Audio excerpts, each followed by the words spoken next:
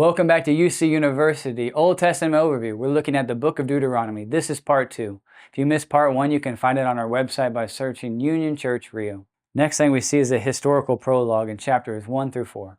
First, the covenant's historical prologue, chapters 1 through 4, are a review of Israel's relationship with Yahweh to date. The theme, Yahweh has shown himself to be both just and merciful.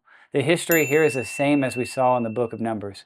The people's lack of trust in God's power, God's refusing to let the first generation enter the land, the people's wandering in the desert, and God's gracious provision and military victory. The summary of all this is in chapter 4, verses 35, where we see, "To you it was shown, that you might know that the Lord is God. There is no other besides him." Moses continues in verse 40, "Therefore you shall keep his statutes and his commandments, which I command you today, that it may go well with you and with your children after you, and that you may prolong your days in the land that the Lord your God has given you for all time." A perfectly faithful God requires perfect faithfulness to him. That's the history. God has been gracious, and that's the charge. Therefore, follow God along. What will it look like for the people to obey that charge once they're in the land? God tells them by giving them his covenant stipulation in Moses' next speech. So we see the general stipulations, love and faithfulness, chapters 5 through 11. And these begin with some general laws in chapter 5. If you turn there, you'll see a reiteration of the 10 Commandments. But God makes it clear that his relationship with Israel is not about merely following rules and regulations. At the heart of these commandments is a story of love. Look at chapter 6, verses 4 through 6. "Hear, O Israel, the Lord our God, the Lord is one. You shall love the Lord your God with all of your heart and with all of your soul and with all of your might. And these words that I command you today shall be on your heart." This is the famous Shema, which is a Hebrew word for hear.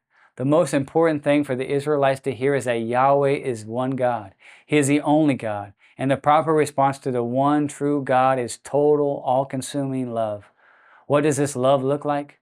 Obeying God's commands, because his commandments are to be upon your hearts, which is the ancient Hebrews understood to be the mind, will, emotions, thought life, everything that makes up the inside character of a person. But if total exclusive love is at the core of how Israel was to engage with the covenant God, this was simply because God had first loved them. Listen to these amazing words later in chapter 7, verses 7 and 8. "It was not because you were more in number than any other people that the Lord set his love on you and chose you, for you were the fewest of all peoples. But it is because the Lord loves you and is keeping the oath that he swore to your fathers, that the Lord has brought you out with a mighty hand and redeemed you from the house of slavery, from the hand of Pharaoh, king of Egypt."